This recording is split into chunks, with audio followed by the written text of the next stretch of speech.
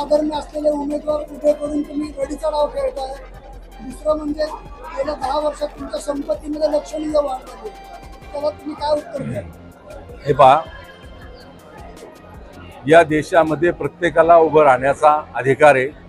त्याच्यात नावात साम्य असो किंवा काय असो, ज्याला पराभव दिसतो ते अशा प्रकारे आरोप करतात। माझ्या संपत्तीच्या बाबतीमध्ये त्यांनी आरोप केले। मी 2014-2019ला माझं अफिडेविट दाखल केलेले, त्याच्यामध्ये कुठल्याही प्रकारची माझी संपत्ती मी खरेदी केली नाही, वाढली नाही।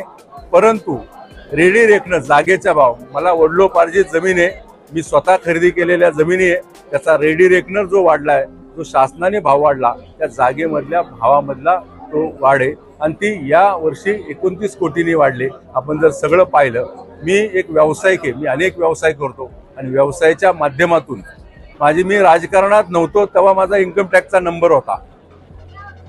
त्यामुळं कोण आरोप करतोय तो राजकीय हेतूने करतोय। त्यांनी पूर्णपणे तिन्ही निवडणुकीचं 2014, 2019 आणि 2024चं माझं अफिडेविट पाहा, त्याच्यामध्ये माझी जी संपत्ती आहे तो रेडी रेकनर नुसार जागेचा वाढलेल्या भावातून ती संपत्ती वाढलेली।